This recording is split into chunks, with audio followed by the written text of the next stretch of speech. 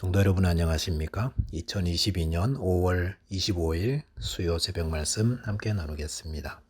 함께 나누실 하나님 말씀은 고린도전서 11장 17절에서 26절까지입니다. 본문에서는 성만찬에 대한 가르침 기록되어 있습니다.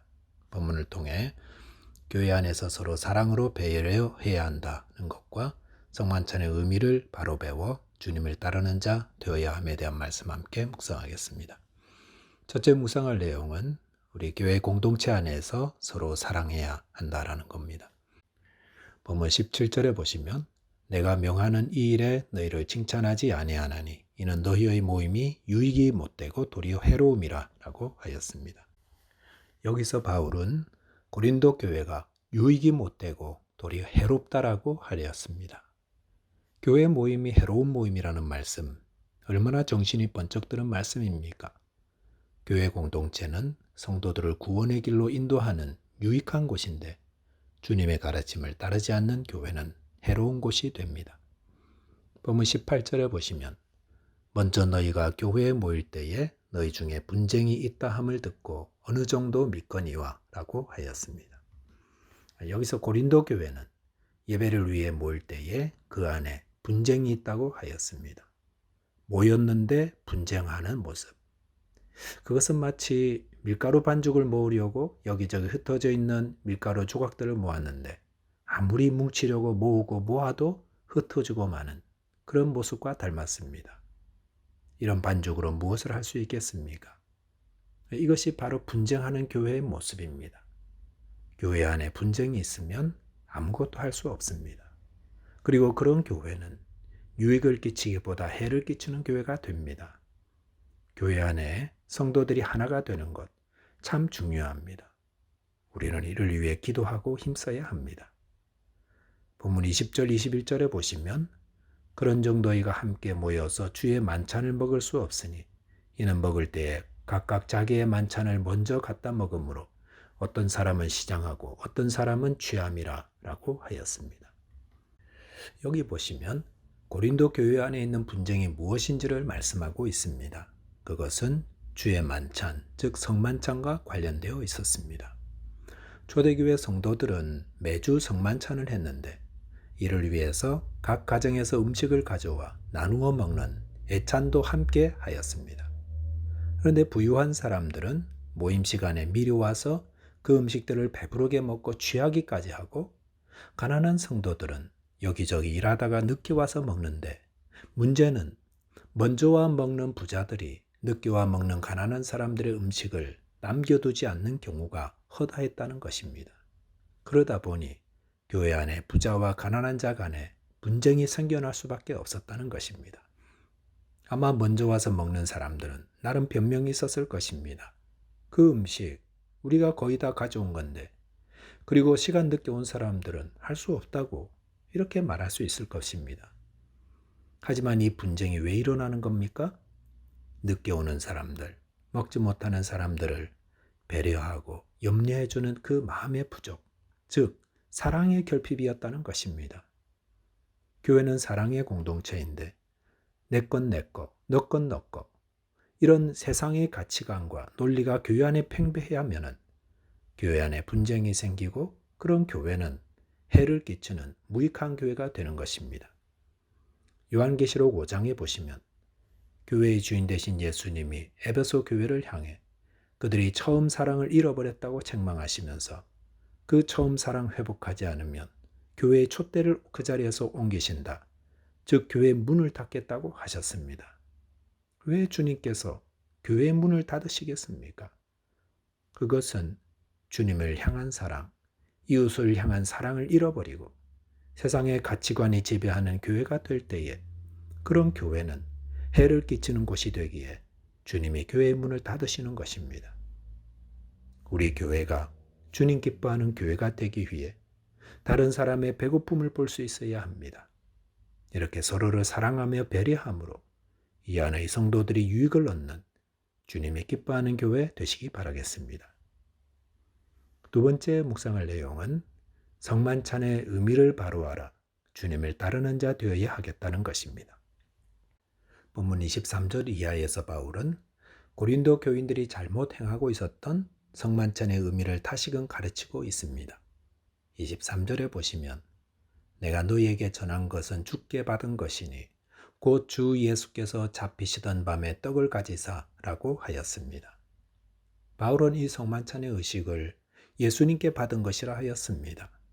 그러면서 24절에 보시면 축사하시고 떼어 이르시되 이것은 너희를 위하는 내 몸이니 이것을 행하여 나를 기념하라 하시고 라고 하였습니다. 예수님은 성만찬 때 떡을 떼어 주시면서 이것은 너희를 위하는 내 몸이라고 하셨습니다.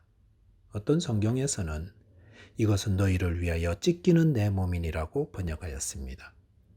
예수님은 자기 몸을 찢어서 제자들에게 주신다 하셨습니다.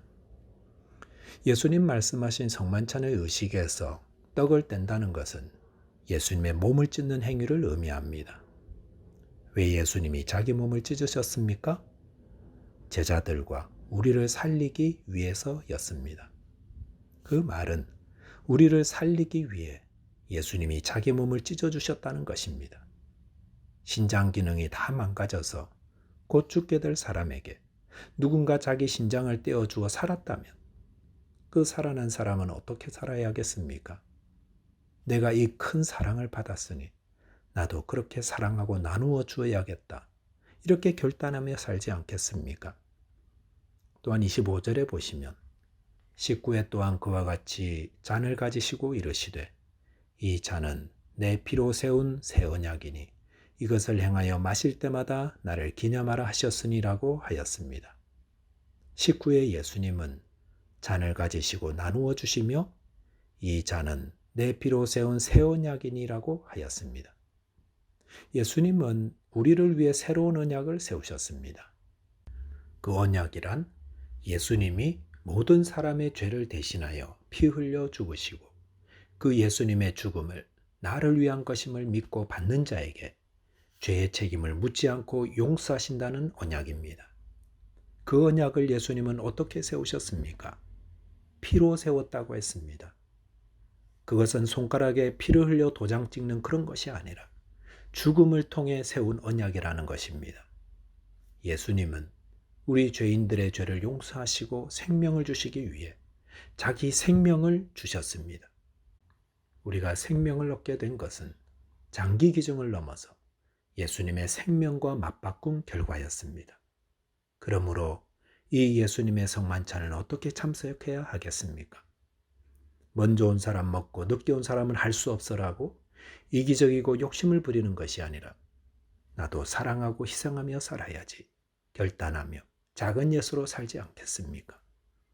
매년 뉴욕에서 열리는 9.11 행사에서 왜 그때 희생된 소방대원들을 추모하며 깊은 상념에 빠지는 것입니까? 그들의 희생이 너무도 숭고하기 때문입니다. 그렇다면 우리를 살리기 위해 스스로 죽음의 자리에 들어가신 예수님의 그 죽음을 기억하고 기념하는 성만찬의 자리에서 우리는 어떻게 해야겠습니까? 나중에 온 사람은 어쩔 수 없어라며 자기 욕심에 사로잡힌 자가 아니라 예수님의 희생을 본받아 희생하고 배려하고 사랑하는 자 되어야 하지 않겠습니까?